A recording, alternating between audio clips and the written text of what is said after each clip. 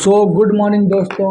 उम्मीद करता हूँ आप सब लोग बहुत अच्छे होंगे और आप लोगों ने कल का जो ब्रांच अकाउंटिंग का मैंने पहला पार्ट अपलोड किया था उसको बहुत एंजॉय किया होगा।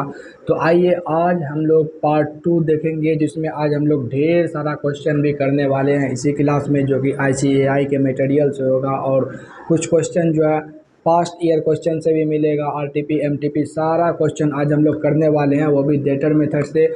उससे पहले हम लोग समझेंगे कि जो डेटर मेथड में जो ब्रांच अकाउंट बनता है उसका सोर्स क्या, मतलब वो जो है हर अकाउंट जो बनता है उसका सोर्स होता है और उसका सोर्स होता है जर्नल। आज हम लोग समझेंगे कि ब्रांच अकाउंट जो है वो कहाँ से आता है, उसका सोर्स क्या, उसमें जो भी एंट्री हो रहा है उसका सोर्स क्या, सारा जर्नल को समझेंगे। पूरा कॉन्सेप्ट वाइज हर चीज़ को एक एक एंट्री को हम लोग समझने वाले हैं।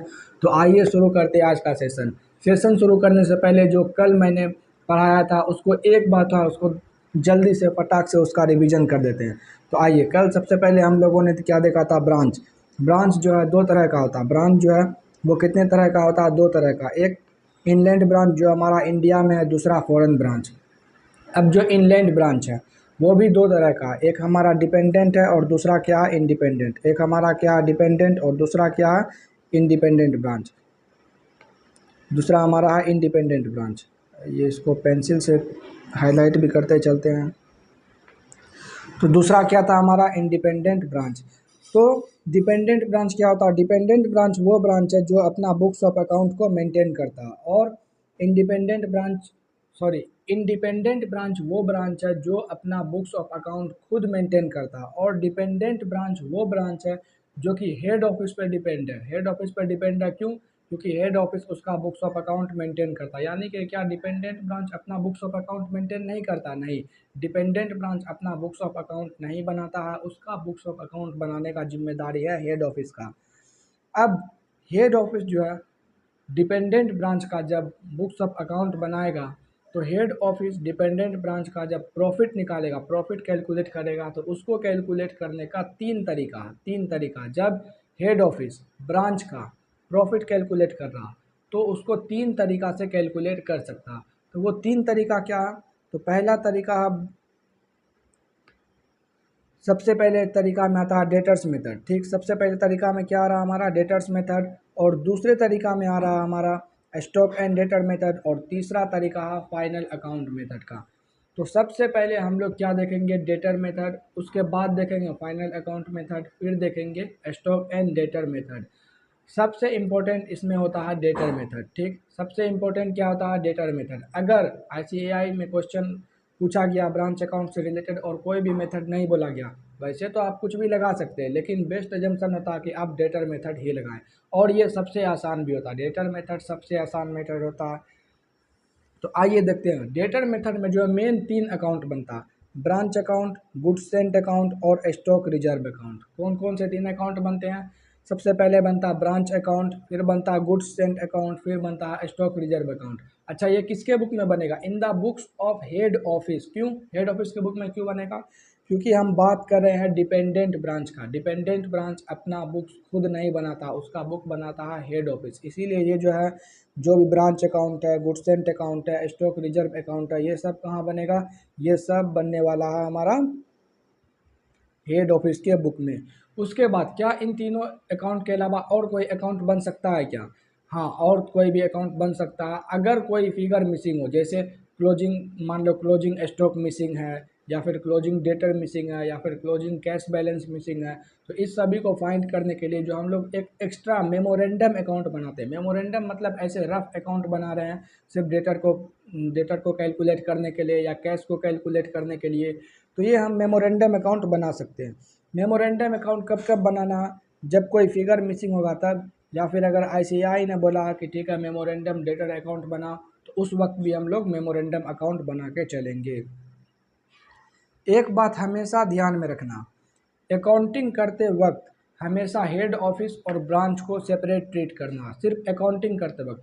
इन रियल अगर देखा जाए तो हेड ऑफिस और ब्रांच एक ही है, मतलब जो ब्रांच का है वही हेड ऑफिस का है। मान लो साल के अंत में ब्रांच के पास बचा, डेटर बचा, स्टॉक बचा, कैश बचा, तो ये सारा जो ब्रांच के पास साल के अंत में सामान बचा हुआ, डेटर, स्टॉक, कैश, ये सब किसका, ये सब हेड ऑफिस का। ये सब ये हेड ऑफिस को ट्रांसफ़र कर देगा।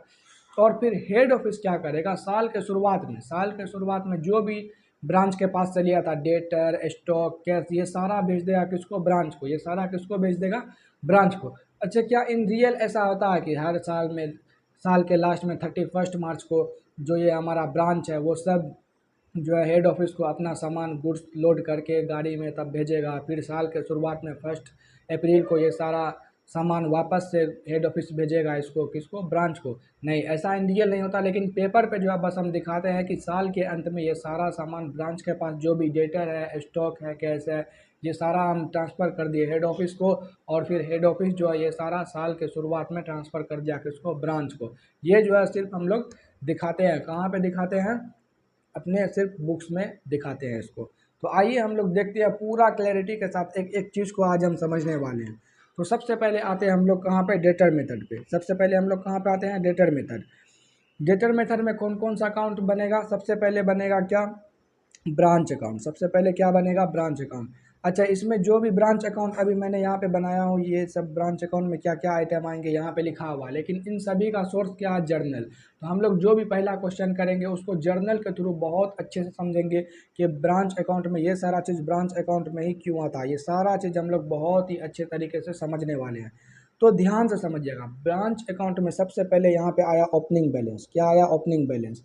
ओपनिंग बैलेंस में ये देखो, डेटर, स्टॉक, कैश, यानी कि साल के अंत में, साल के अंत में ब्रांच के पास जो भी था वो किसके पास आ जाता। मैंने अभी थोड़ा देर पहले आपको कहा था, साल के अंत में ब्रांच के पास जो भी था वो चला गया किसके पास, हेड ऑफिस के पास। और हेड ऑफिस के पास जो भी चीज़ है ब्रांच का, वो साल के शुरुआत में चला जाता है किसके पास, वो चला जाता है ब्रांच के पास। तो यहाँ पे देखो, यहाँ ब्रांच अकाउंट को क्या है, डेबिट, और इन सभी चीज़ को, ये जो भी ओपनिंग बैलेंस है इसको कर दिया credit. Branch account debit, opening balance को कर दिया क्रेडिट।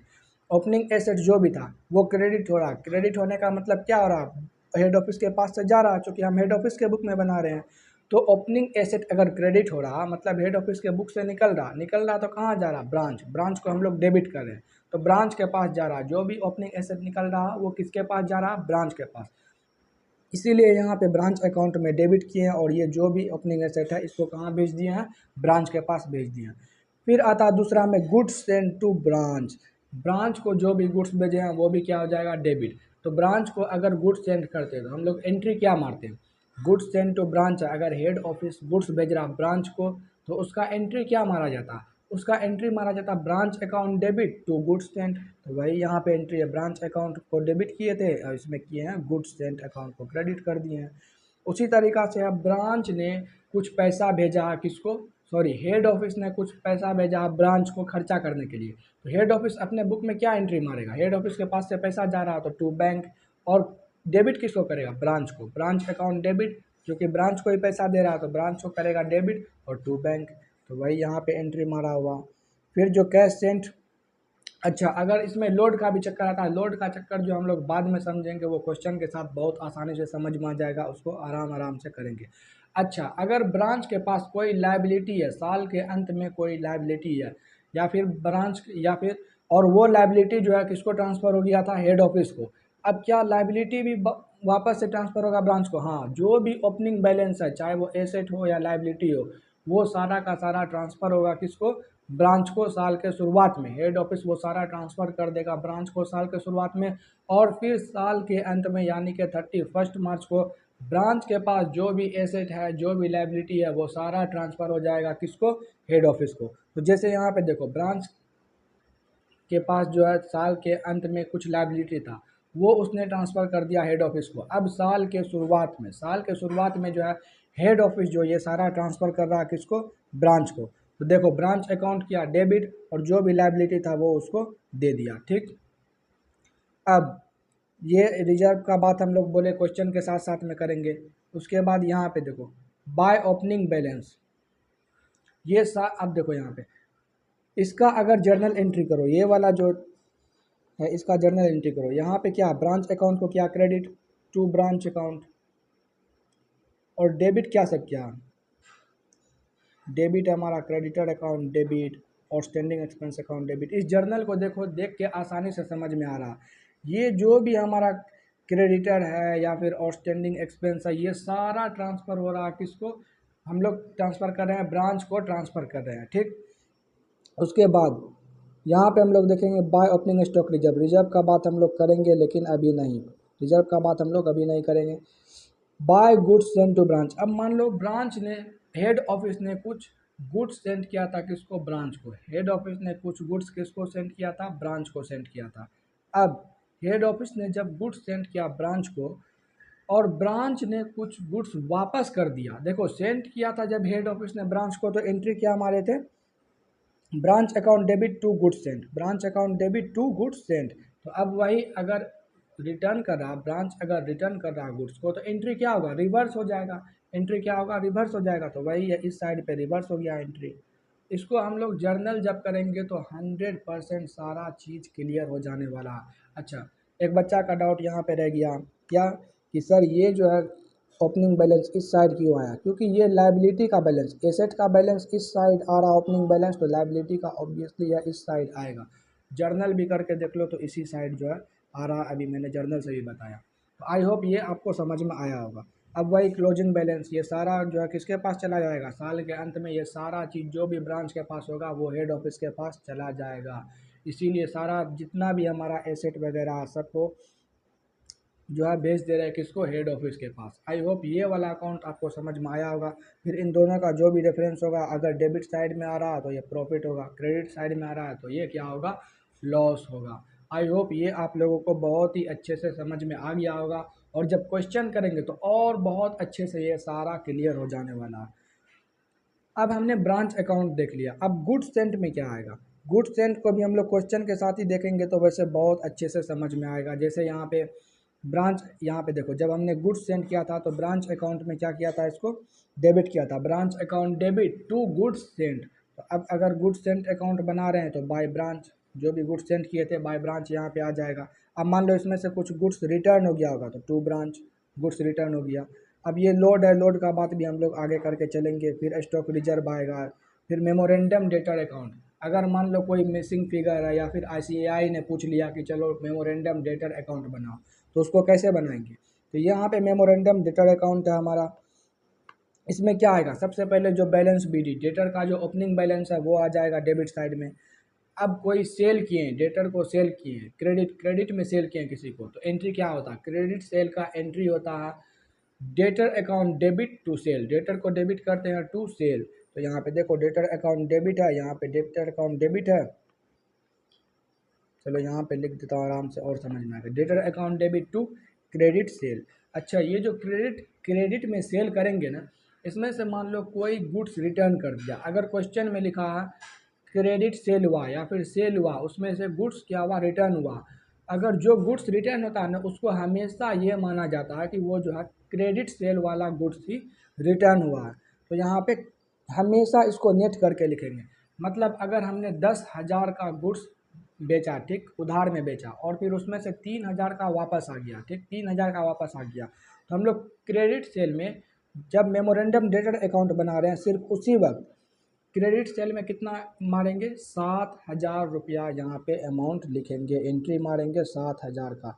अच्छा, इसको हम रिवर्स भी कर सकते हैं, वैसे क्रेडिट सेल का 10,000 लिख के और इधर से बाय सेल्स रिटर्न भी कर सकते हैं, लेकिन उसमें जो है कभी कभी कुछ प्रॉब्लम आ सकता, आ सकता, बच्चा कहीं पे एंट्री कई बार भूल जाता, तो उस वक्त जो प्रॉब्लम होगा, तो इसीलिए हमेशा क्रेडिट सेल को जो है नेट करके लिखना चाहिए।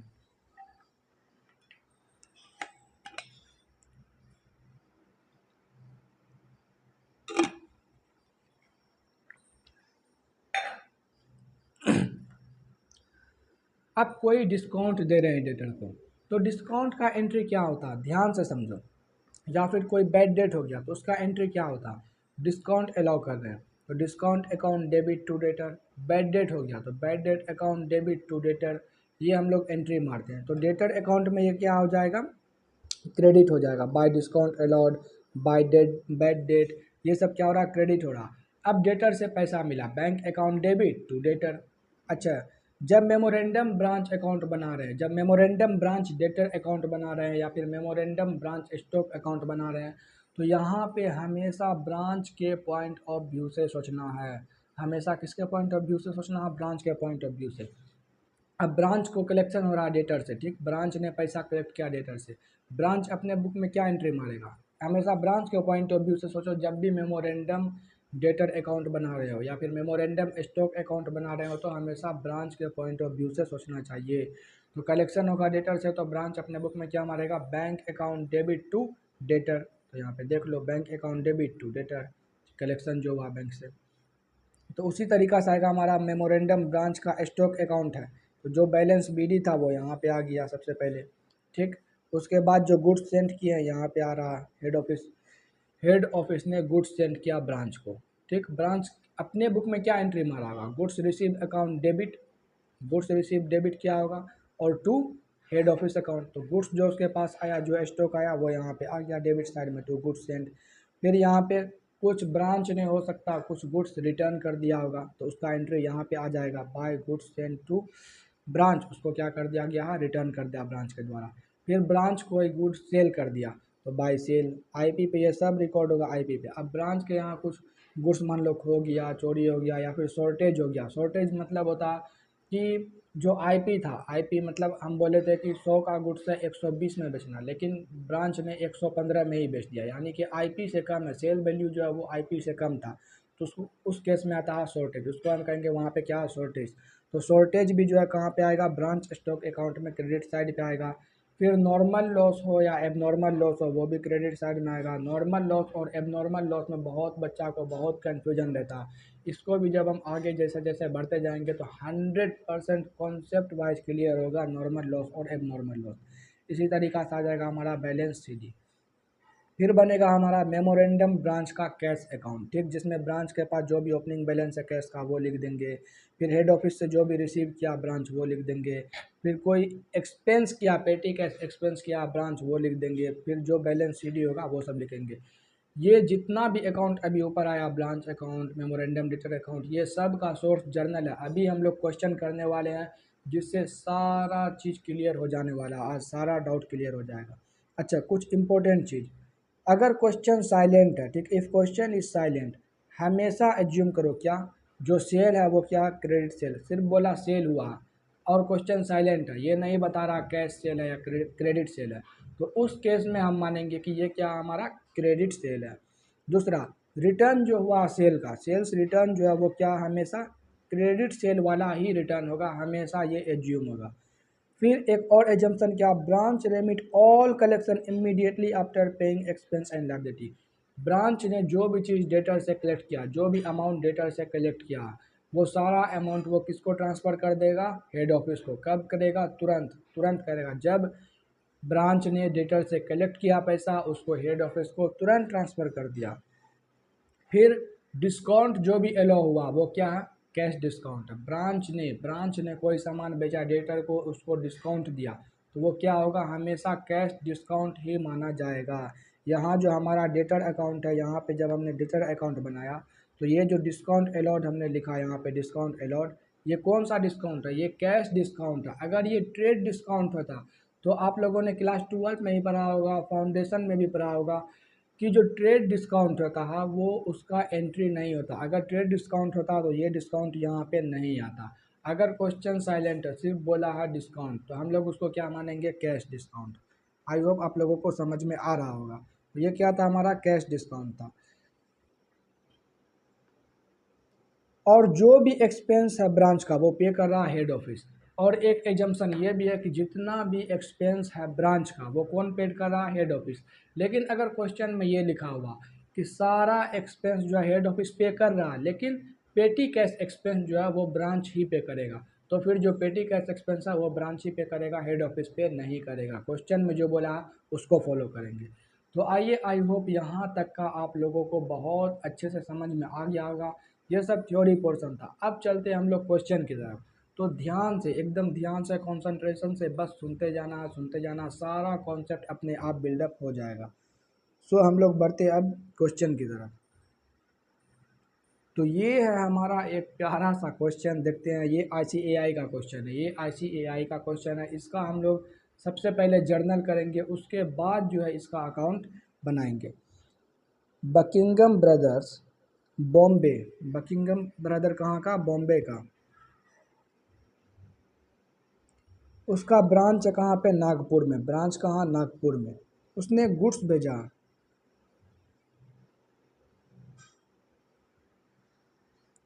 They sent goods at cost, किस पे? कॉस्ट पे भेजा। किसको? ब्रांच को।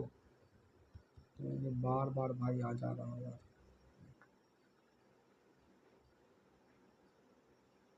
Branch, however direct purchase are also made by branch for which payment are made at head office। बोल रहा डायरेक्ट परचेज भी करता ब्रांच जो है, डायरेक्ट परचेज भी करता है। और डायरेक्ट परचेज का पैसा कौन दे रहा?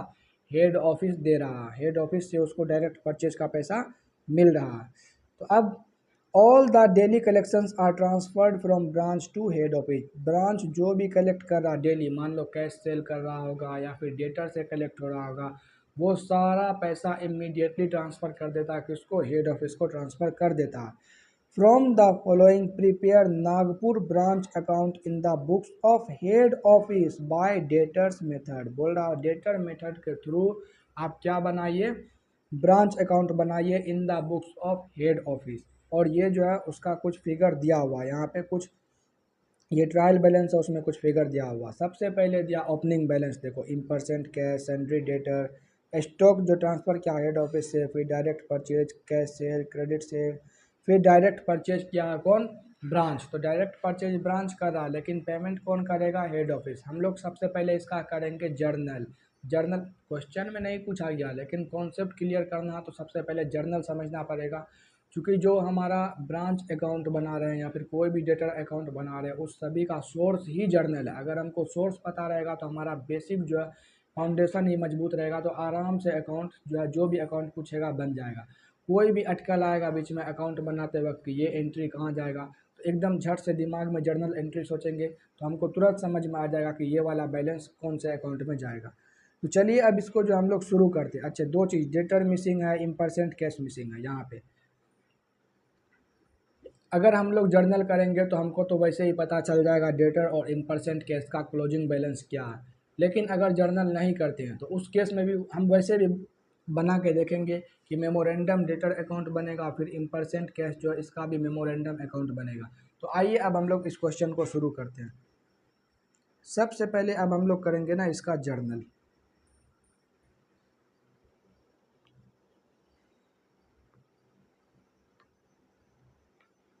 Solution number 4। सॉल्यूशन नंबर 4 में सबसे पहला, in the books of head office, in the books of head office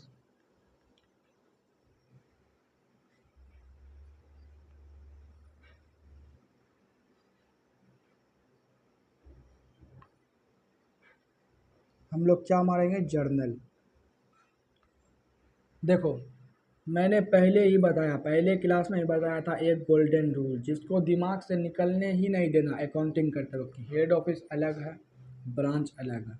branch के यहाँ क्या हो रहा उससे हेड ऑफिस को कोई फ़र्क नहीं पड़ता। हेड ऑफिस के यहाँ क्या हो रहा उससे ब्रांच को कोई फ़र्क नहीं पड़ता। हेड ऑफिस कुछ ऐसा करता जिससे ब्रांच को फ़र्क पड़ रहा, तब जाकर दोनों के बुक में एंट्री आएगा। देखो in the books of head office, in the books of branch,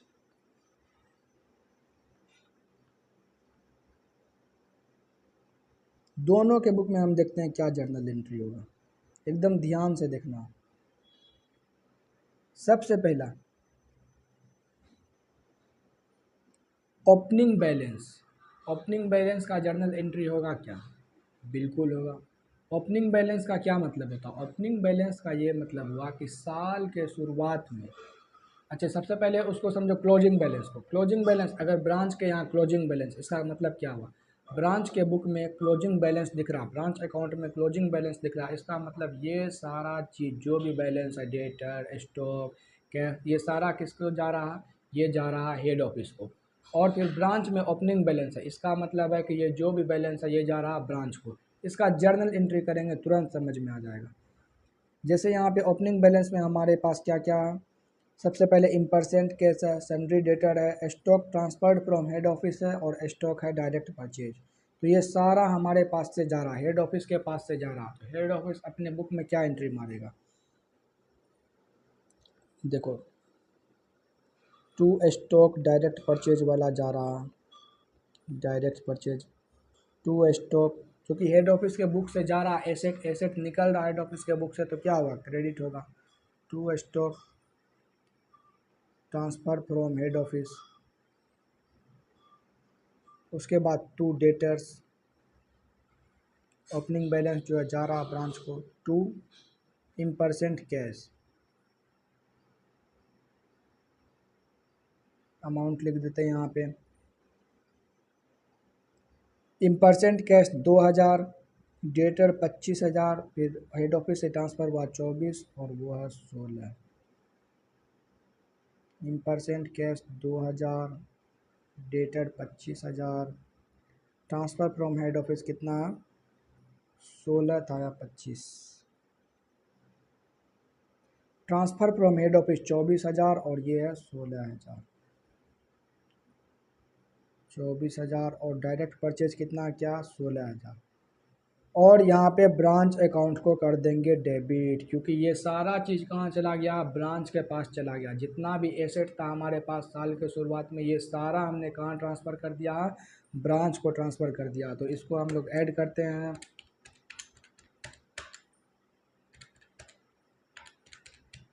तो ये हो गया हमारा टोटल 67,000। टोटल कितना हो गया, 67,000 being opening balance sent to branch.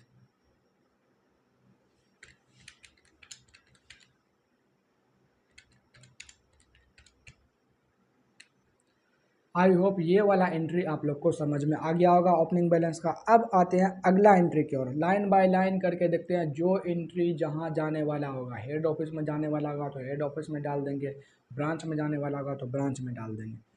तो अब दूसरा,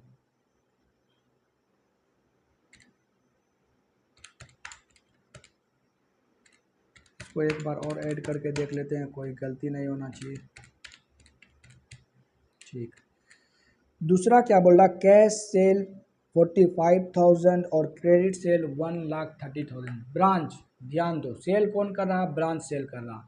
क्या सेल कर रहा, कैश सेल भी हुआ है और फिर उसके पास क्रेडिट सेल भी हुआ। 45,000 का कैश सेल और 1,30,000 का हुआ है क्रेडिट सेल। तो ब्रांच के यहाँ हुआ, क्या हेड ऑफिस के यहाँ कोई एंट्री होगा, नहीं, हेड ऑफिस के यहाँ कोई भी एंट्री नहीं होगा। क्यों, क्योंकि ब्रांच के यहाँ जो होगा उससे हेड ऑफिस को कोई फ़र्क नहीं पड़ना चाहिए। क्यों, क्योंकि गोल्डन रूल याद करो, हेड ऑफिस और ब्रांच दोनों के यहाँ अलग अलग है। तो यहाँ पे ब्रांच अपने यहाँ एंट्री मारेगा। एक मिनट में क्वेश्चन जो है इसको यहाँ पे रख लेता हूँ, जिससे हमको बहुत आसानी होगा, बार बार यहाँ ऊपर जाने का ज़रूरत नहीं है।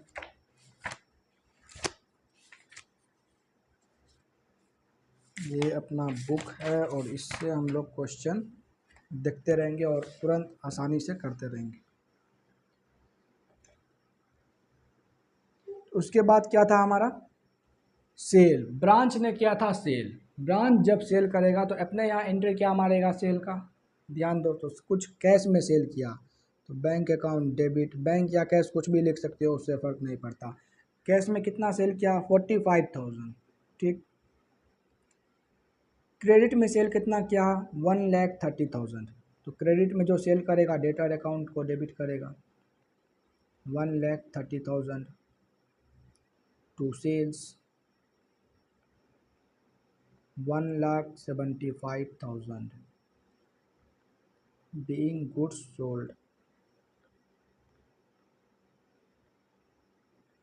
आई होप ये एंट्री आपको समझ में आ रहा होगा। बस एक बात का ध्यान रखो, हेड ऑफिस और ब्रांच दोनों क्या अलग अलग हैं। मैं बार बार इसको फोकस करवाता रहूँगा। अब तीसरा बोल रहा डायरेक्ट परचेज। डायरेक्ट परचेज कौन किया है, ब्रांच किया है। क्या हेड ऑफिस को इससे फ़र्क पड़ना चाहिए, इन जनरल अगर कहा जाए तो नहीं पड़ना चाहिए। लेकिन क्वेश्चन में यहाँ देखो, क्वेश्चन में क्या कह रहा है कि जो भी डायरेक्ट परचेज हो रहा, जो भी डायरेक्ट परचेज हो रहा उसका पेमेंट कौन कर रहा, पेमेंट कौन कर रहा, payment are made by head office. उसका पेमेंट कर रहा है हेड ऑफिस। जो भी डायरेक्ट परचेज हुआ उसका पेमेंट कौन किया, हेड ऑफिस किया। तो इसका हेड ऑफिस के बुक में एंट्री आएगा। क्या एंट्री आएगा, तो देखो हेड ऑफिस पेमेंट किया, हेड ऑफिस के पास से पैसा चला गया टू बैंक, टू बैंक कितना पैसा चला गया, जितना का डायरेक्ट परचेज किया 45,000।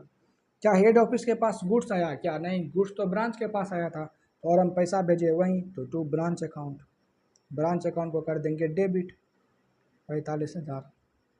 क्योंकि जो भी डायरेक्ट परचेज करेगा ब्रांच, उसका पैसा भेजेगा head office. Being direct purchase made by branch. अच्छा, ब्रांच अपने यहाँ क्या एंट्री मारेगा इसका? ब्रांच के पास क्या आया? गुड्स, डायरेक्ट परचेज किया वो, तो ये करेगा डायरेक्ट परचेज अकाउंट डेबिट, कितना 45,000। क्रेडिट क्या करेगा? क्या ब्रांच ने जो डायरेक्ट परचेज किया उसके लिए पैसा पे किया? अगर पैसा पे करता तो हम लोग लिख देते हैं वहाँ पे टू बैंक, लेकिन नहीं, पैसा तो पे किया हेड ऑफिस। यहाँ पे क्रेडिट ब्रांच किसको करेगा? ब्रांच क्रेडिट करेगा हेड ऑफिस को, कितना 45,000।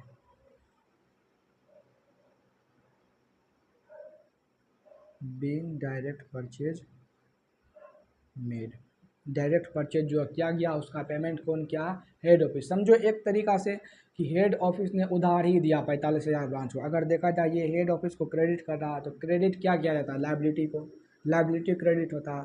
तो एक तरीका से हम लोग बोल सकते हैं कि हेड ऑफिस जो उसके लिए लायबिलिटी ही है, बाद में इसको पेमेंट करेगा ही करेगा। अगर वही सेल वेल करेगा तो देखा जाएगा उस वक्त।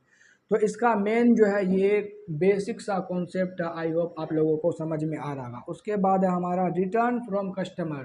तो मैंने हमेशा कहा जो भी रिटर्न आएगा कस्टमर से, उसको माना जाएगा कि वो क्या है? हमारा क्रेडिट सेल का रिटर्न है, क्रेडिट सेल का रिटर्न है। तो ब्रांच के पास जो है रिटर्न आया, तो सेल्स रिटर्न का एंट्री क्या होगा? Sales return account debit to debtor account, कितना 3,000, 3,000 का रिटर्न आया। Being sales return. अब आगे क्या? Goods sent to branch from head office, head office ने गुड्स भेजा है किसको? ब्रांच को। कितना का गुड्स भेजा? 60,000 का गुड्स भेजा। तो हेड ऑफिस अपने बुक में एंट्री क्या मारेगा? गुड्स सेंट का एंट्री क्या मारेगा हेड ऑफिस अपने बुक में? हेड ऑफिस के पास से गुड्स जा रहा, तो टू गुड्स सेंट, कितना? 60,000। किसको जा रहा? ब्रांच को जा रहा, तो ब्रांच को कर देगा डेबिट 60,000। Being goods Saint. अब ब्रांच, ब्रांच क्या करा? ऑफिस ने गुड्स भेजा, ब्रांच ने रिसीव कर लिया गुड्स को, तो ब्रांच अपने यहाँ क्या एंट्री मारेगा? Goods received from head office account debit,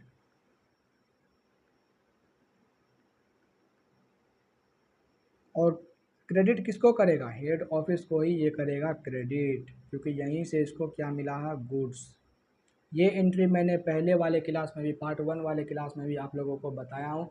अगर आप लोग को समझ में आ रहा है तो बढ़िया और अच्छे से फोकस करके सुनो, सारा ये कॉन्सेप्ट है। बाद में यहीं से ये सारा एंट्री उठ उठ के जो है ब्रांच अकाउंट में जाएगा, जो मेमोरेंडम डेटर अकाउंट में इधर से ये सब एंट्री उठ के जाएगा डेटर वाला। तो एकदम ध्यान से इसको सुनते रहो। तो ये है गुड्स सेंट का एंट्री हमने यहाँ पे मार दिया। उसके बाद है ट्रांसफ़र फ्रॉम हेड ऑफिस और पेटी कैश एक्सपेंस। यहाँ देखो हेड ऑफिस से ट्रांसफ़र किया गया किसके लिए? पेटी कैश एक्सपेंस के लिए। Transfer from head office for पेटी कैश एक्सपेंस, कितना है? 4,000। 4,000 रुपया पेटी कैश एक्सपेंस के लिए भेजा गया, कहाँ से? हेड ऑफिस से। तो हेड ऑफिस अपने बुक में क्या एंट्री मारेगा? सबसे पहले हेड ऑफिस के पास से पैसा गया, तो टू बैंक 4,000। किसको भेजा? ब्रांच को भेजा, तो ब्रांच को कर देगा debit, branch account debit. Being cash sent to branch. एकदम आराम आराम से करेंगे, कोई भी हड़बड़ाने का ज़रूरत नहीं है, बहुत टाइम है अभी अपने पास। और ब्रांच क्या एंट्री मारेगा? ब्रांच के पास पैसा रिसीव हुआ, तो बैंक अकाउंट डेबिट करेगा to head office 4,000। Head office से मिला तो हेड ऑफिस को कर दिया credit. Being cash received I hope आप लोग को समझ में आया होगा ये वाला एंट्री भी। तो आइए अगले एंट्री की ओर बढ़ते हैं। अब बोल रहा है bad debt 1000, discount to customer 2000। देखो ध्यान से देखो, बैड डेट 1000 है, डिस्काउंट टू कस्टमर कितना है 2000 है। बैड डेट और डिस्काउंट किसके यहाँ होगा? ब्रांच के बुक में होगा। ब्रांच, क्योंकि ब्रांच ने क्रेडिट सेल किया है तो ब्रांच के बुक में ही एंट्री होगा बैड डेट का और डिस्काउंट एलो का। तो बैड डेट का एंट्री क्या होता है? Bad debt account debit, discount allowed account debit to debtor. Bad debt कितना? 1000, डिस्काउंट अलाउड कितना? 2000, तो to debtor 3000। Being discount and bad debt to debtor. ये था हमारा बैड डेट और डिस्काउंट अलाउ का एंट्री जो मारेगा ब्रांच अपने बुक में। क्योंकि ब्रांच ने क्रेडिट सेल किया, इससे हेड ऑफिस को कोई भी फ़र्क पड़ने वाला नहीं है। अब ब्रांच बोल रहा रेमिटेंस किया हेड ऑफिस को 1,65,000। यहाँ पे ध्यान से देखो, ब्रांच ने 1,65,000 रुपया जो है किसको भेजा? हेड ऑफिस को भेजा। और फिर branch X remittance not received by head office so far 5,000, यानी कि टोटल 1,70,000 रुपया, टोटल 1,70,000 रुपया जो है ब्रांच हेड ऑफिस को भेजा, जिसमें से 5,000 रुपया अभी रास्ता में ही है, अभी तक नहीं पहुंचा। कोई बात नहीं, पहुंच जाएगा, रास्ता में है तो इसके लिए ब्रांच अपने बुक में क्या एंट्री मारेगा? ब्रांच अपने बुक में क्या एंट्री मारेगा?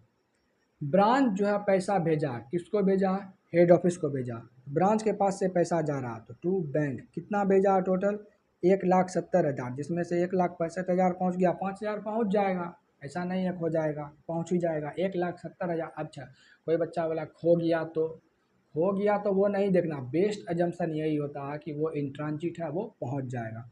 तो टू बैंक होगा 1,70,000 रुपया, चूँकि अभी ब्रांच के पास से बैंक पैसा जा रहा है और हेड ऑफिस को ये क्या कर देगा? डेबिट, चूँकि हेड ऑफिस को पैसा दे रहा 1,70,000 बीइंग कैश रेमिटेड। और ये अपने बुक में क्या एंट्री मारेगा? हेड ऑफिस के पास तो पैसा रिसीव हो रहा, तो बैंक अकाउंट डेबिट, बैंक या रेमिटेंस बोल सकता है, ये बैंक या रेमिटेंस डेबिट करेगा टू ब्रांच, क्योंकि ब्रांच के पास से आया तो 1,70,000। एक एक एंट्री को एकदम ध्यान से समझते जाना, क्योंकि यही सोर्स है, ये समझो ABCD है, ये पढ़ोगे तभी ब्रांच जो है लिटरेचर है, तभी ब्रांच बनेगा। Being cash received. I hope ये आप लोग को बहुत अच्छे से समझ में आ गया होगा। अच्छा, अब क्या? ब्रांच का एक्सपेंस है और डायरेक्टली पे किया कौन? क्या?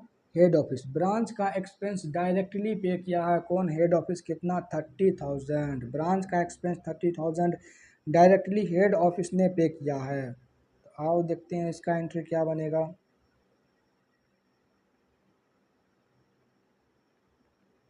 अच्छा, ये नंबर जो है मैं यहाँ बराबर में ही लिख रहा हूँ। यहाँ पे 1 number, 2 number, 3 number, 4 number, 5 number, 6 number में कोई एंट्री इधर इसके बुक में नहीं हुआ, तो ये अपना देख लेना उस हिसाब से। तो 8 नंबर में क्या था कि ब्रांच ने, ब्रांच का जो एक्सपेंस है वो किसने पे किया? हेड ऑफिस ने। ब्रांच का जो भी डायरेक्ट एक्सपेंस है वो किसने पे किया? डायरेक्टली हेड ऑफिस ने पे किया। तो हेड ऑफिस के बुक में क्या एंट्री होगा? हेड ऑफिस के बुक से तो पैसा जा रहा, चूँकि ये एक्सपेंस पे कर रहा तो उसके पास से पैसा जा रहा, कितना?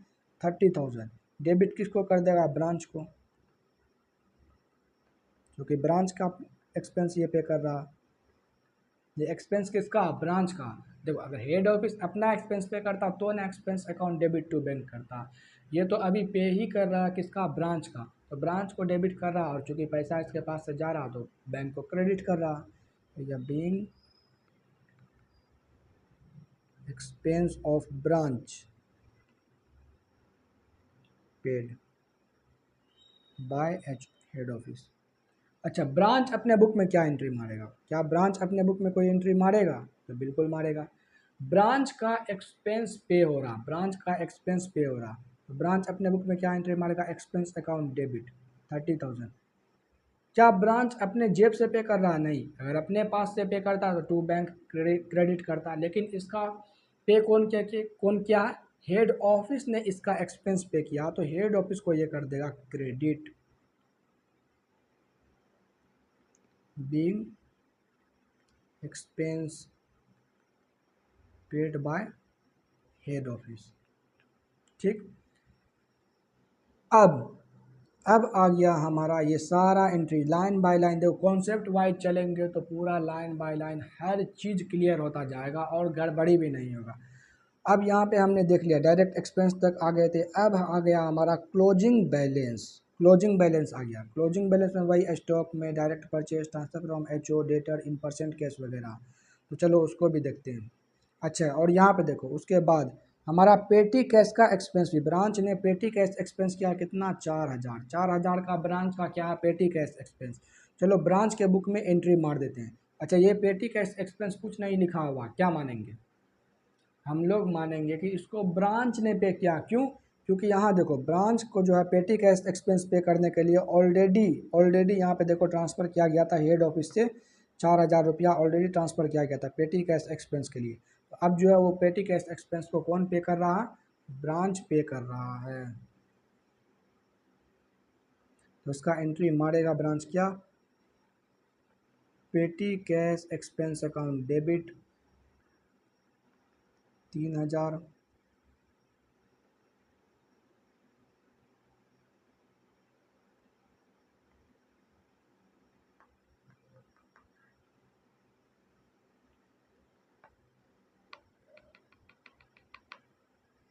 लैग कर रहा भाई, 1 मिनट भाई, लैग कर रहा।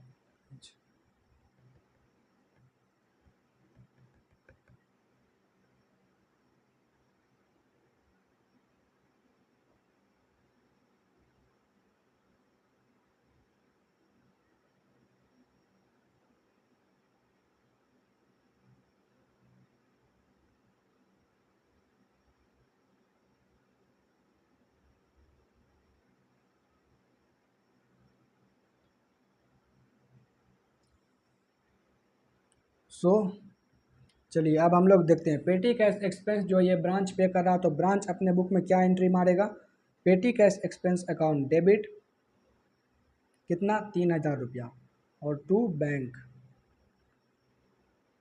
बैंक या कैश कुछ भी लिख सकते हैं, उससे कोई फ़र्क नहीं पड़ता। बीइंग पेटी कैश एक्सपेंस पेड। अब लगभग सारा एंट्री आ चुका है। अब जो है क्या, क्लोजिंग बैलेंस। क्लोजिंग बैलेंस का एंट्री क्या होता है, ध्यान से सोचो। क्लोजिंग बैलेंस में क्या, क्लोजिंग बैलेंस का मतलब ब्रांच जो है वो सारा सामान भेज रहा किसको, हेड ऑफिस को ब्रांच सारा सामान भेज रहा। तो इसका एंट्री क्या मारेगा ब्रांच अपने यहाँ,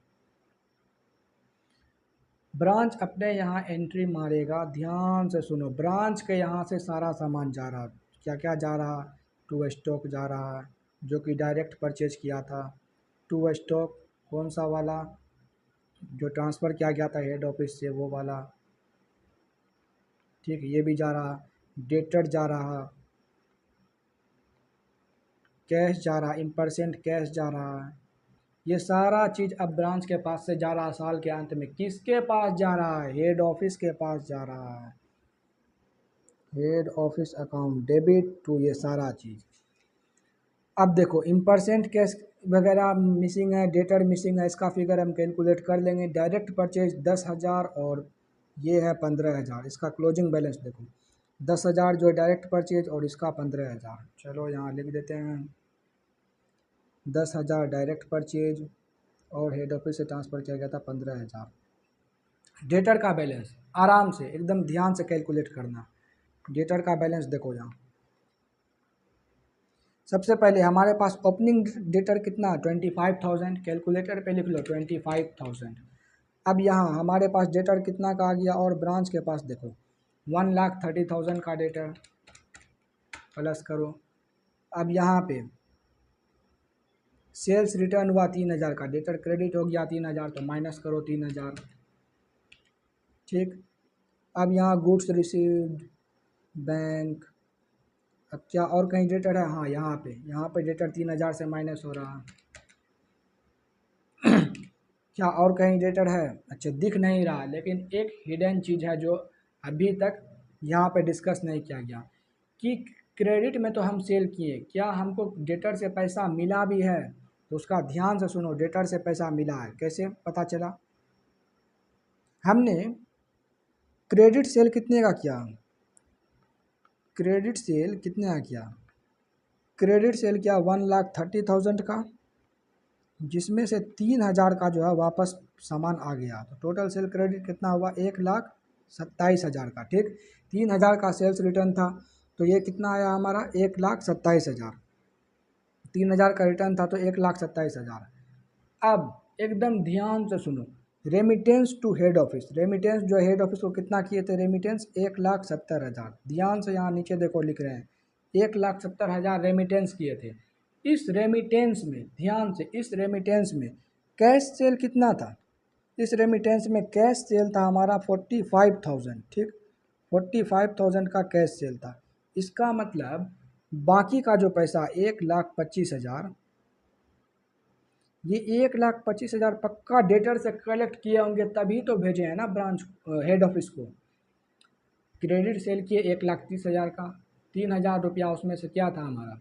रिटर्न आ गया था 3,000 का गुड्स, तो 1,27,000 का क्रेडिट सेल भी तो हुआ था, उसका भी तो पैसा आया होगा डेटर से। तो उसका डेटर आया, डेटर से कलेक्शन कितना हुआ? 1,25,000, क्योंकि हमने डिस्काउंट भी दिया था उसको वगैरह, बैड डेट वगैरह भी हुआ था। तो 1,25,000 रुपया आ गया किससे हमारे पास? डेटर से जो है ब्रांच को 1,25,000 रुपया कलेक्ट हो गया। क्या उसका एंट्री मारेगा ब्रांच? बिल्कुल मारेगा, collection from debtor.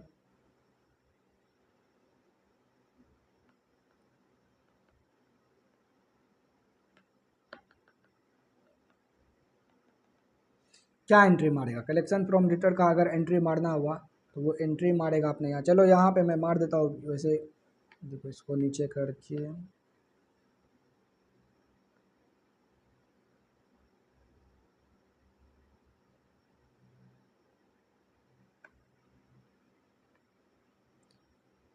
Collection from debtor account debit. अब ब्रांच को पैसा कलेक्ट हो रहा किससे? डेटर से। ब्रांच के पास क्या आ रहा? पैसा।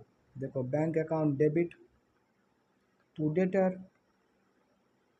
कितना? 1,25,000। कैसे आया, समझ में आया? 1,25,000 कैसे आया? फिर से हम उसको समझाना चाहते हैं। देखो, कोई भी कॉन्सेप्ट जो है ना आधा अधूरा नहीं रहना चाहिए, 100% क्लियर होना चाहिए कॉन्सेप्ट। सबसे पहले देखो, ब्रांच ने रेमिट कितना किया ऑफिस को? 1,70,000। Remit to HO 1,70,000। ध्यान से देखना यहाँ पे, रेमिटेंस टू हेड ऑफिस 1,65,000 और ये 5,000, कितना हुआ? 1,70,000 रुपया रेमिट किया। टोटल रेमिट कितना किया? 1,70,000। उसमें से उसमें से हमारा कैश सेल कितना था? कैश सेल वाला पैसा जो रेमिट किए हैं वो कितना? कैश सेल वाला पैसा रेमिट किए हैं 45,000। कैश सेल वाला पैसा रेमिट किए हैं कितना? 45,000। ध्यान से, बिल्कुल ध्यान से देखना, कोई हड़बड़ाने का जरूरत नहीं है। कैश सेल वाला पैसा जो रेमिट किए वो हमारा है 45,000। ध्यान से देखो यहाँ, कैश सेल वाला पैसा जो हम रेमिट किए हैं वो कितना हमारा? ये 45,000 रहा, ये 45,000। तो हमारा क्रेडिट सेल वाला कितना होगा? बाकी जो होगा, बाकी जो पैसा हम किए होंगे, ये 45,000 तो कैश वाला, बाकी और 1,25,000 रुपया जो हम भेजे हैं हेड ऑफिस को, ये कहाँ से आया? ये डेटर से कलेक्ट किए होंगे ऑब्वियसली, क्योंकि हमारा सेल ही हुआ है कैश में और जो क्रेडिट में। तो 1,25,000 रुपया हम लोग डेटर से कलेक्ट किए होंगे, वही इसका एंट्री जो है यहाँ पे मारा गया, bank account debit to debtor 1,25,000। तो अब ये हमारा 1,49,000। अब फिर से एक बार फिर से आराम से जो है डेटर का अमाउंट कैलकुलेट करते हैं। ये 25,000 रुपये, ये 25,000 जो है यहाँ पे ध्यान से देखो, ओपनिंग बैलेंस है, इसमें ऐड करो क्या? 1,30,000 डेबिट, डेबिट बैलेंस डेटर का यहाँ से 1,30,000 यहाँ से ऐड करो। जो डेबिट होगा उसको ऐड करेंगे, जो क्रेडिट होगा उसको माइनस करेंगे। यहाँ पे डेटर जो है क्रेडिट हो गया 3,000 से, इसको माइनस करो। फिर यहाँ पे 3,000 से माइनस करो। अब यहाँ पे डेटर जो है 1,25,000 से कम हुआ, तो माइनस करो 1,25,000। तो ये आया हमारा क्लोजिंग डेटर, कितना आ गया, क्लोजिंग डेटर हमारा आ गया है 24,000। अब आते हैं इन परसेंट कैश पे, ठीक। इन परसेंट कैश, इन परसेंट कैश तो वैसे आज देखो आ जाएगा, ध्यान ध्यान से एकदम।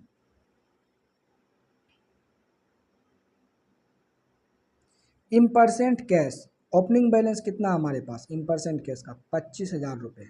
इन परसेंट कैश का ओपनिंग बैलेंस कितना है, 25,000। इन परसेंट कैश मतलब छोटा मोटा कैश, इसको चलो पेटी कैश भी आप बोल सकते हो। इन परसेंट कैश कितना, 25,000। फिर हेड ऑफिस से ट्रांसफ़र किया गया कितना, 4,000। हेड ऑफिस से ट्रांसफ़र किया गया कितना, 4,000। तो 25,000 प्लस 4,000 कितना होगा, 29,000। ठीक, 25,000 प्लस 4,000 कितना होगा, 29,000। और कुछ हुआ है क्या, बैड ये ब्रांच ने कोई एक्सपेंस और पे किया है, या पेटी कैश एक्सपेंस, देखो पेटी कैश एक्सपेंस 4,000 ब्रांच ने यहाँ पे किया। यहाँ देखो ध्यान से देखो, यहाँ पे ब्रांच ने 4,000 रुपया पेटी कैश एक्सपेंस यहाँ पे किया। तो इसमें से 4,000 रुपया माइनस हो जाएगा। तो 25,000 प्लस 4,000 माइनस 4,000, ये हमारा फिर से 25,000 रुपया जो है यहाँ पे आ जाएगा। अगर इसको आप जर्नल के थ्रू देखोगे, जर्नल के थ्रू कैसे देखना, ध्यान से देखो, एक भी कॉन्सेप्ट छूटना नहीं चाहिए। इन परसेंट कैश हमारे पास कितना, opening balance I am so sorry, in percent cash हमारे पास है 2,000 रुपये। इन परसेंट कैश कितना हमारे पास, 2,000 रुपये। इन परसेंट कैश कितना हमारे पास, 2,000 रुपये ओपनिंग बैलेंस, ठीक। 2,000 रुपये लिखो कैलकुलेटर पे इन परसेंट कैश का। उसके बाद देखो क्या इन परसेंट कैश और कहीं है, ब्रांच को भेजा गया होगा, 4,000 रुपया भेजा गया यहाँ से, branch account debit to bank, 4,000 रुपया यहाँ से भेजा गया। अब ये एक्सपेंस जो है ये माइनस भी होगा, क्योंकि 2,000 रुपया जो है पेटी कैश एक्सपेंस में वो खर्चा कर दिया, कितना, 4,000 रुपया वो पेटी कैश एक्सपेंस में खर्चा भी किया है। 4,000 रुपया पेटी कैश एक्सपेंस में खर्चा भी किया। इन परसेंट कैश कितना था, एक बार बहुत ध्यान से देखने का ज़रूरत है यहाँ पे। इन परसेंट कैश जो है यहाँ पे था 2,000। इन परसेंट कैश हमारे पास है यहाँ पे 2,000 रुपये, यहाँ देखो ये वाला इन परसेंट कैश कितना है, 2,000, एकदम ध्यान से देखो। उसके बाद 4,000 रुपया यहाँ से ऑफिस जो है उसको सेंड किया, 4,000 रुपया सेंड किया, कितना हो गया, 6,000।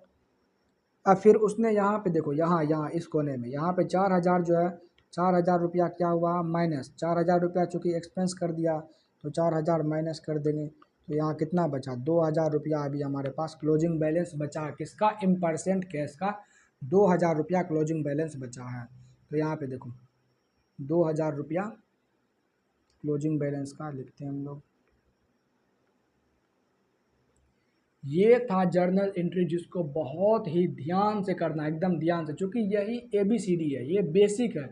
ये समझ में नहीं आएगा तो ब्रांच में कुछ भी समझ में आने वाला नहीं। कहीं पे अगर रट लिए, मान लो ब्रांच अकाउंट का ढांचा पूरा रट लिए, डेबिट में क्या आइटम है, क्रेडिट में क्या आइटम है, अगर क्वेश्चन को थोड़ा सा भी अगर टर्न करके घुमा के दे देगा तो तुरंत फंस जाएंगे। लेकिन अगर माइंड में पूरा कॉन्सेप्ट क्लियर होगा, जर्नल पूरा क्लियर होगा, तो कोई सा भी क्वेश्चन आए, कोई सा भी लाइन आए, कहीं भी अटकल आएगा तो आराम से उसको ध्यान में एक बार जर्नल एंट्री घुमाएंगे, आराम से पता चल जाएगा कौन सा अकाउंट कहाँ पे पोस्ट करना। तो यहाँ पे आई होप सब ने देखा होगा। अब जो हेड ऑफिस का जो भी अकाउंट है वो सारा बन गया, ब्रांच में जो भी जर्नल आना था सारा आ गया। हेड ऑफिस में हमेशा एक चीज़ ध्यान रखना, जो हमारा गुड्स सेंट है, जो हमारा गुड्स सेंट है ना, ये यहाँ पे गुड्स सेंट, इसको हमेशा राइट ऑफ करना, किसमें, हमेशा राइट ऑफ करना है ट्रेडिंग अकाउंट में। साल के अंत में इसको भेज देंगे कहाँ पे हम लोग, ट्रेडिंग अकाउंट में भेज देंगे। जैसे साल के अंत में यहाँ पे हम लोग इसको भेज देते हैं, goods sent account debit to trading account, कितना, 60,000, 60,000, 60 के मतलब 60,000।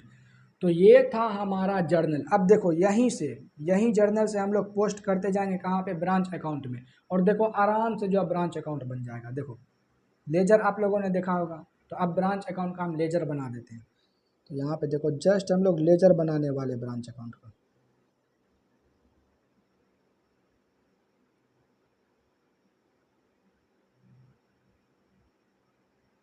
In the books of head office,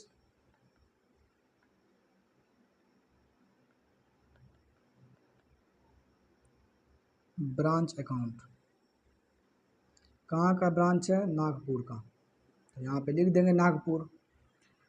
तो सबसे पहले एकदम अब देखो हेड ऑफिस में जहाँ जहाँ भी ब्रांच अकाउंट आ रहा होगा बस उसका लेजर पोस्टिंग करते जाना है। यहाँ पे देखो ब्रांच अकाउंट डेबिट है, branch account debit to stock debtor in percent cash. Branch account debit to stock, या ओपनिंग बैलेंस में क्या था? टू स्टॉक, कौन सा वाला? डायरेक्ट परचेज वाला। टू स्टॉक, कौन सा वाला? जो हेड ऑफिस से ट्रांसफ़र किया गया था वो वाला। फिर to in percent cash, to debtor, to in percent cash. जो अमाउंट है वो सारा अमाउंट लिख दो। 24,000 का डायरेक्ट हेड ऑफिस से कितना भेजा गया था? हेड ऑफिस से भेजा गया था 24,000।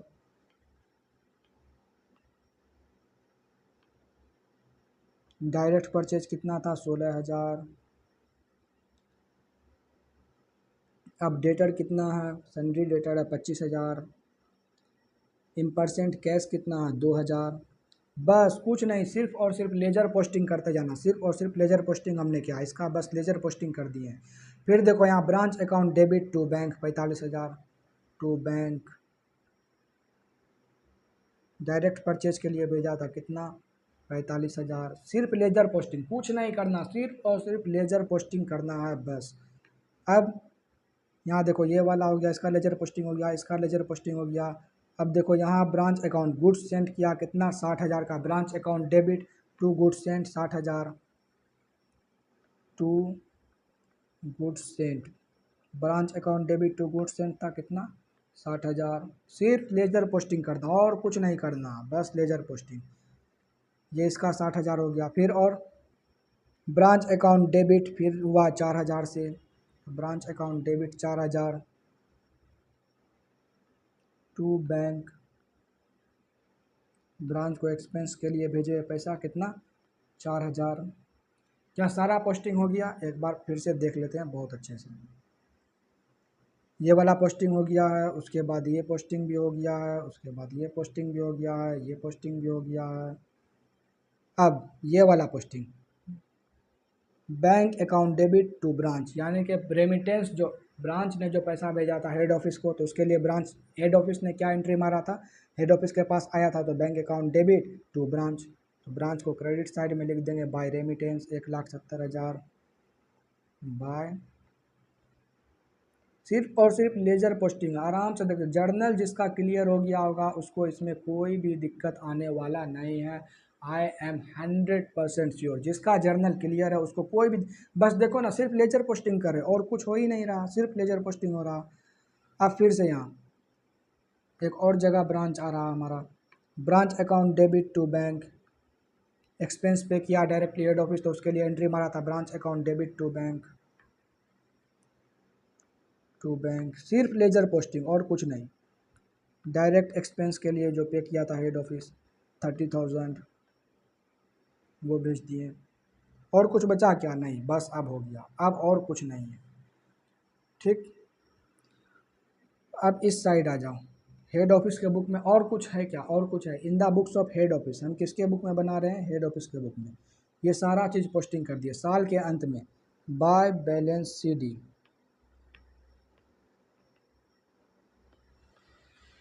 यहाँ देखो कैश जो रेमिट किया गया था यहाँ पर से भी एंट्री देख सकते हो, हेड ऑफिस के बुक में एंट्री मारा गया था। फिर यहाँ पे जो सब क्लोजिंग बैलेंस यहाँ पे ट्रांसफ़र हो रहा है। अच्छा, इसका क्लोजिंग बैलेंस का अमाउंट कितना होगा इसको अभी यहाँ कैलकुलेट करके लिख देते हैं। 10,000 प्लस 15,000 प्लस 24,000 प्लस 2,000, ये आ रहा हमारा 51,000। अब इसको जो क्लोजिंग बैलेंस है यहाँ पे लिख दो। स्टॉक कौन सा वाला? डायरेक्ट परचेज वाला। स्टॉक कौन सा वाला? ट्रांसफ़र फ्रॉम हेड ऑफिस वाला। फिर इन परसेंट कैश, फिर डेटर। हेड ऑफिस से जो ट्रांसफ़र किया गया था उसमें देखो कितना है? 15,000। डायरेक्ट परचेज वाला कितना है? 10,000। अब इन परसेंट कैश और डेटर देख लो। इन परसेंट कैश 2,000, डेटर 24,000। इन परसेंट कैश 2000, डेटर 24,000।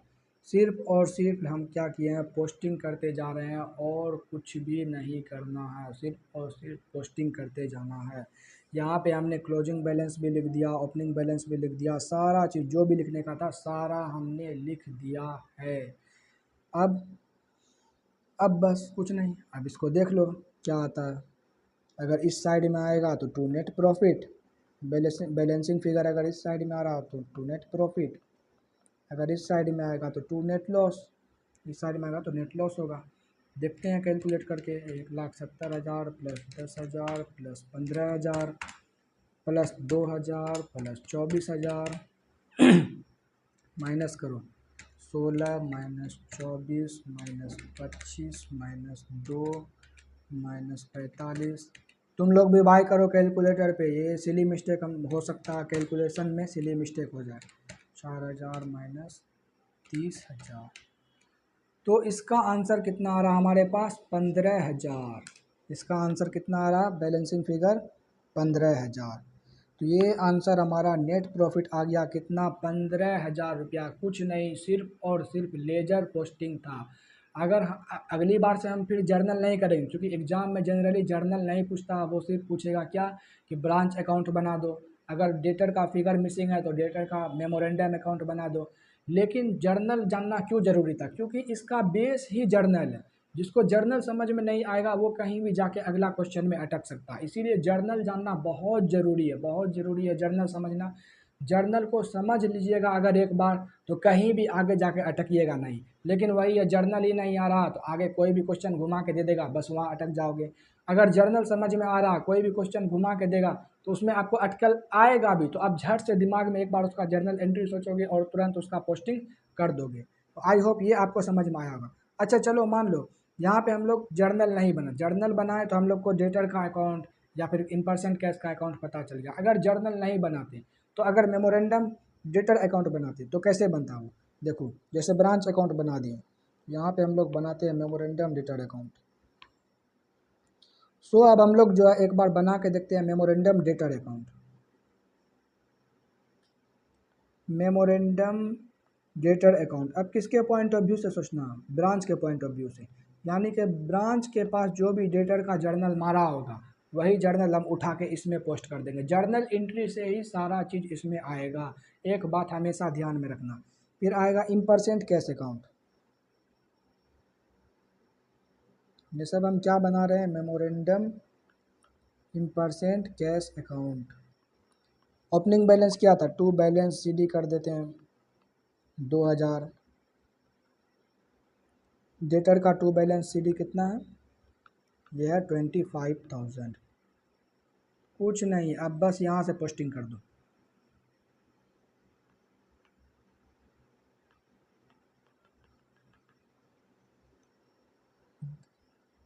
सबसे पहले सेल किए थे डेटर को कितना, 1,30,000 सेल किए थे, किसको, डेटर को कितना, 1,30,000 का। यहाँ पे देखो सेल किए थे डेटर को 1,30,000 का।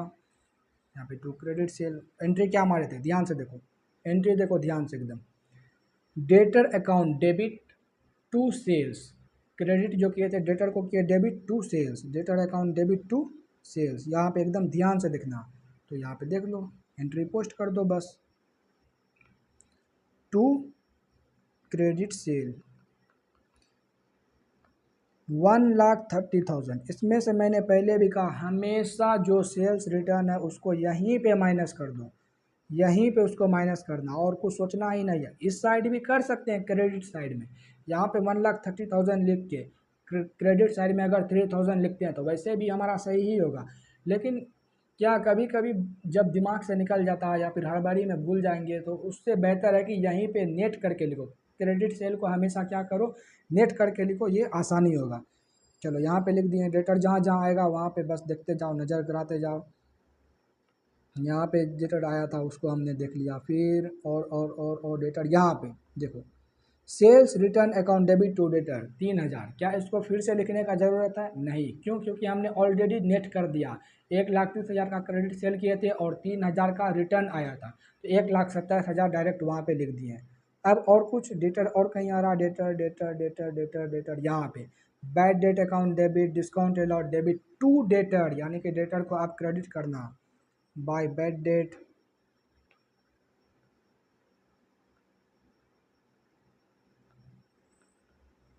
Bye discount allowed. कितना बैड डेट 1000, डिस्काउंट कितना 2000। ठीक। और कुछ है, और कहीं है डेटर डेटर डेटर, देखते हैं और कहीं डेटर है इसके अलावा। ये डेटर देख लिए हम देख लिए, आगे आगे आगे आगे आगे। यहाँ पे डेटर से पैसा मिला कितना, 1,25,000 रुपया डेटर से मिला। तो डेटर से पैसा मिलने का एंट्री क्या था, bank account debit to debtor. Debtor के साइड क्रेडिट साइड में लिख दो बाय बैंक। इसमें क्या हुआ, कलेक्शन हुआ कितना, 1,25,000 का। तो अब देखो बाय बैलेंस सी डी कितना हो जाएगा, by balance C D 1,27,000 plus 25,000 minus कर दो 1,28,000। तो इसमें हमको सी डी कितना आ गया, 24,000। ये हमारा बैलेंसिंग फिगर है। क्लोजिंग बैलेंस कितना आ गया हमको, 24,000 डेटर का। और देखो जर्नल के थ्रू भी किए थे तो वहाँ पे हमारा क्या आया था, 24,000। इसका मतलब जिसका जर्नल मजबूत होगा उसका सारा कॉन्सेप्ट एकदम मजबूत होगा, उससे हर सवाल बहुत आसानी से बनेगा। अब इम्परसेंट केस 2,000 पहले से था, 4,000 और हेड ऑफिस से मिल गया, देख लो यहाँ पे टू हेड ऑफिस से मिला था। तो क्या मारे थे इन परसेंट कैश में, head office bank account debit to head office कितना 4,000।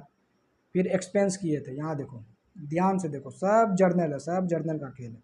यहाँ ध्यान से देखो इन परसेंट कैश जब मिला 2,000 तो ओपनिंग बैलेंस था, यहाँ देखो 4,000, यहाँ 4,000 रुपया मिला था। तो यहाँ 4,000 debit, bank account debit to head office कर दिए। अब एक्सपेंस जो किए थे, एक्सपेंस के लिए एंट्री क्या मारे थे हम लोग, पेटी कैश एक्सपेंस का एंट्री क्या मारा था, जल्दी देखो ध्यान, जल्दी जल्दी जल्दी बोलो। एक्सपेंस पेटी कैश एक्सपेंस का एंट्री क्या मारे थे, expense account debit to, expense account debit to bank, expense account debit to bank. यहाँ पे देखो पेटी कैश का एंट्री मारे थे expense account debit to bank कितना, 4,000 रुपया बाय